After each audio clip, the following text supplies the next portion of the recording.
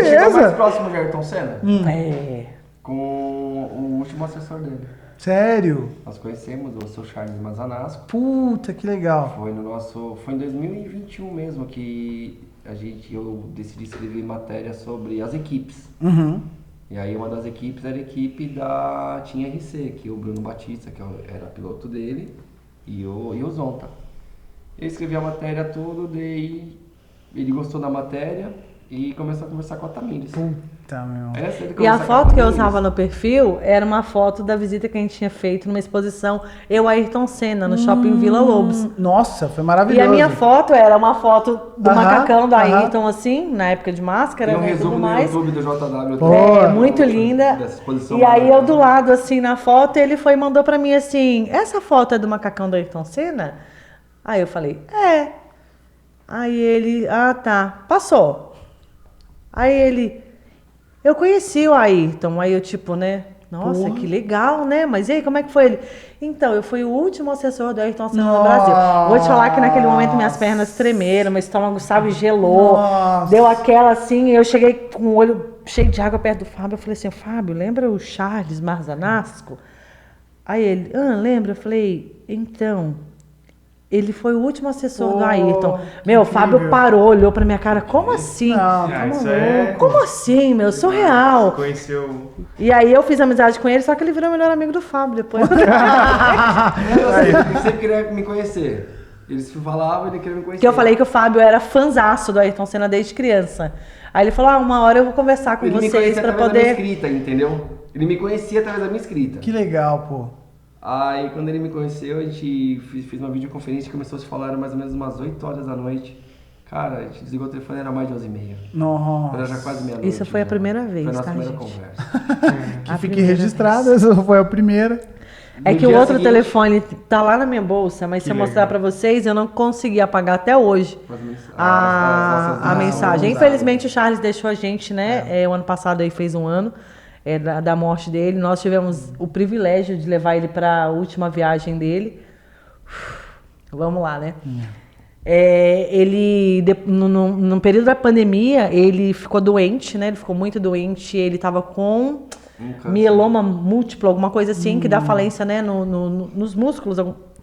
E ele não podia andar mais e tudo mais. E aí ele ficou em casa, não podia sair para fazer, mas ele fazia as assessorias mesmo à distância. Ele estava bem fraco quando a gente se conheceu. E quando a gente se conheceu, ele estava muito fraco, né? Ele estava bem fraquinho. E quando a gente falava com as pessoas, todo mundo falava que o Charles estava numa situação muito difícil. Todo mundo já achava que não ia, né, continuar a vida. E assim, a gente começou a se falar praticamente todo dia. Todo dia. E eu cuidava do velho mesmo, queria saber o que ele estava comendo, queria saber que oportunidade. A gente conversava com os cuidadores dele, pela câmera. Até então, tudo no contato só pelo telefone. Tudo pelo telefone. E aí um dia ele falou, Fábio, tô com vontade de comer peixe. O Fábio tava cozinhando em casa, fazendo peixe. E aí ele falou, Fábio, bom esse peixe, que é? E eles falavam de tudo. Ele contou altas histórias do Ayrton Senna pra gente, inclusive. Nossa, que bênção. E aí o Fábio falou assim, Charles, eu vou ir na sua casa fazer um peixe pra você. Você vem mesmo? Aí eu falo, não, me passa o endereço que eu vou domingo aí pra poder fazer um peixe pra você. A gente pegou, passou, comprou o peixe e tal, levamos pra ele. Ele já tava...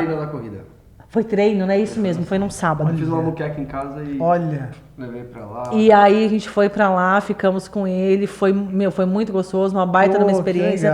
Passamos a tarde com ele lá e aí depois a gente continuou o contato, né, por telefone. Ele participou da premiação dos melhores jornalistas de 2022. E aí ele fez questão que nós fôssemos com ele, nós fomos. Estivemos ali com ele, a gente gravou.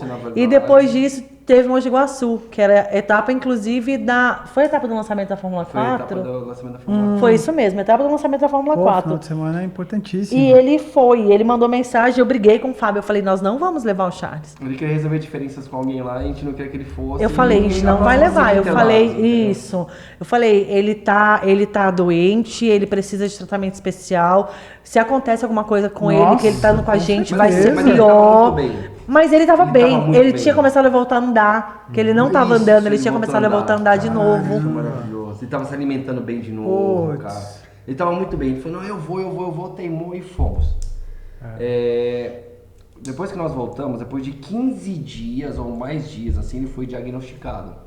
Então a gente entende que ele não contraiu lá.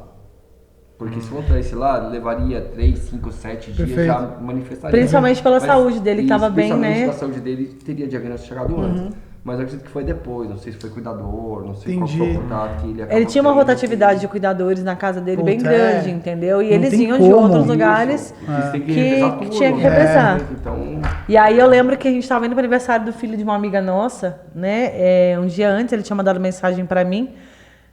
Enfim, fomos para viagem, foi sensacional. Antes de sair do Velocitar na sala de imprensa, assim, todo mundo adorava ele pelas altas histórias que ele tinha. E ele sentou na ponta da mesa, porque era mais fácil para ele sair por causa da cadeira de rodas, né? Ele pegou, parou, ele chorou com o pessoal, falou que era muito importante aquele momento. Tinha 2 anos que ele não via a galera, né? Nossa. Que não via os amigos dele, assessores e tudo mais. E ele agradeceu a todo mundo bateu palma para ele e tal. Fomos, entramos no carro, pegando e foi embora. Eu sei que foi a viagem mais longa que nós fizemos de Mogi de Guaçu cara, pra a cá. gente atravessou Campinas inteiro de novo, não sabia por que, a gente se perdeu tudo. Sério? Cara, foi uma A gente viagem se perdeu que- em Campinas, Mas ele na sempre entrada. vive aquilo, parece que ele foi cantando tudo que ele viveu lá na cidade, em Campinas, que ele namorava as campineiras. As campineiras. Ele ia contando. Veio contando toda a história, Fábio, eu falou namorei uma assim, campineira cara, daqui, aqui, a outra assim, campineira assado. assado, daqui do outro bairro. A gente passou assim, cara, parecia que não era pra gente, tipo, desligar, entendeu? E a gente chegou na Caramba. casa dele, ele não bebia, experiência. né? Já não bebia. Ele chegou e falou assim: peraí, entra aí, vamos comer alguma coisa. Ele pediu um lanche pra gente, perguntou o que a gente queria comer, falou: o que você quer comer, né? Aí ele falou: vamos pedir um lanche? Aí ele pediu um lanche caro pra caralho. Que fique Não vamos registrado. falar o nome, né? O Fábio falou nas entrelinhas aqui, mas caro pra caralho. Quando eu falei, Charles, mas não precisa ser um lanche desse. Daí, por que você não pede, né, aquele Mzinho lá que é mais barato e tudo mais? Aí ele foi pedir o lanche. Ele falou, vou pedir uma cerveja pra vocês. Aí ele pediu 4, né, latinhas de cerveja. Aí nós tomamos. Quando terminou, ele falou, vocês querem mais? Não, Charles, a gente vai embora, vamos descansar, amanhã tem que trabalhar. Eu falo pro Fábio sempre que se eu soubesse que aquela cerveja seria a última que eu tomaria com Poxa. ele, eu tinha tomado mais várias para poder ficar com ele mais tempo. Imagina. E aí passaram-se os dias, a gente continuou se falando, aí passou uns 2 dias, a gente ficou sem se falar nesse período de 15 dias do retorno, e aí a cuidadora dele pegou e falou assim, ó, Tamires, o Charles está com Covid. Como é que vocês estão? Eu falei assim, não, a gente está bem, né, estamos tranquilos, não rolou nada de você. Ela falou, também não, então acho que não foi, né, de lá, a gente pensou que poderia ter sido a viagem, a gente Claro. estava com ele no carro, Não, o é tempo natural todo que ali. vocês ficaram juntos, né? Então é Exatamente. importante mesmo, né? E aí ele foi, a gente, mesmo ele doente, a gente tentava falar com ele para ele ouvir a gente. E eu lembro que a gente estava no caminho do aniversário do filho da nossa amiga. E aí o Fábio falou, chama o Charles no vídeo, né? Eu peguei e chamei ele no vídeo. Aí ele tava bem amarelinho, assim, sabe? Bem pálidozinho. Aí eu falei assim, ô, velho, o que você tem? Aí ele falou, você tá falando com morto-vivo. Aí eu brinquei com ele, eu falei assim, ô, você não fala assim não, se você morrer eu te mato, hein? Aí eu brinquei assim com ele, né? Eu falei, se você morrer eu te mato. Aí ele começou a escorrer uma lágrima no olho assim, né? Porque não conseguia falar muito, qualquer fala que ele tinha, ele tossia. Aí o Fábio conversou com ele, falou pra ele se alimentar direitinho. Foi a última vez que a gente viu o Charles vivo. Depois de 2 Né? dias Aí ele foi depois ele internado foi internado, ficou lá os dias fazendo todos os tratamentos. A gente teve uma sorte de ter um contato com a filha dele, a Patrícia, né, que informava a gente sempre também da situação dele. E infelizmente, né, ele veio a falecer e foi uma coisa, eu falo que até eu vejo que foi ele no fim das contas, que até nisso ele tratou de não deixar a gente ver ele num caixão. Caramba. A gente não conseguiu chegar no A gente não conseguiu chegar. A gente se preparou, a gente saiu de casa cedo. Chegamos no posto para poder abastecer. A gente estava com outro carro, com um Palio. O Fábio abasteceu o carro. Quando o Fábio colocou o carro, a chave, o carro não ligou. Eu achava que era combustível, né? Aí o Fábio chamou o moço do posto. Moço, acabei de abastecer, o carro não Pô, liga. é a primeira coisa. Combustível, meu Não carro liga. não pega mais.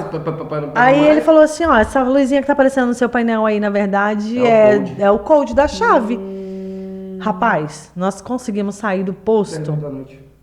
Quando veio o chaveiro teve que levar minha chave com code, codificar lá no laboratório dele. O velório era Nossa 5 Senhora. e o velório era 5 horas da tarde.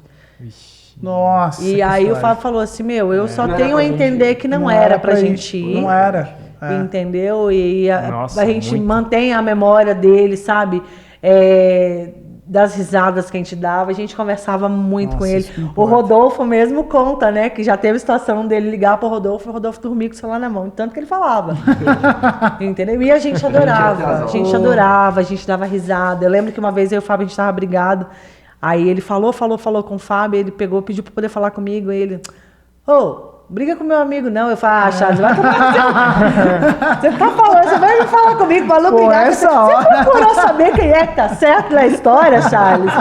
Não, mas eu não quero ver vocês brigados, não, porque vocês combinam. Ai, que bobinha. Charlinho, fica quieto. Ele não fala nada pra ninguém, não. Não, mas Ele não gostava que a gente chamava ele de promete. seu Charles. Ele promete. Ali eu tive contato com uma pessoa assim, fora de série. Totalmente. Fora de série, uma mentalidade, uma inteligência, assim. E foi isso que ele também acabou identificando, assim, não foi aquele negócio do... Eu costumo falar, né, que as pessoas hoje, elas são diferentes, né, tipo, eu tenho uma palavra, ele fala que as pessoas são diferenciadas, né. Hoje não, eu falo que as pessoas estão inovando, né, as pessoas estão inovando. Ele falava que, tipo, eu tinha uma ideia assim diferenciada, eu só não encontrei até agora onde que tá esse diferenciado. Gente, você imagina um assessor, o cara que foi assessor do Ayrton Senna, que colocou o Ayrton Senna em vários canais, fazendo coisas absurdas, né? Que a gente viu casos, mandando matéria pro Fábio ver a matéria e falar, Fábio, o que você acha disso daqui? Campanha. Gente, a gente viveu isso. Tô com uma ideia. E é que muito você louco, assado, tipo... que você acha? Já teve umas ideias, falei, tio, eu tô achando isso daqui, não. E já teve ideias aqui, vamos pra cima, não sei o que lá, e aí vamos desenvolver, isso daí é legal.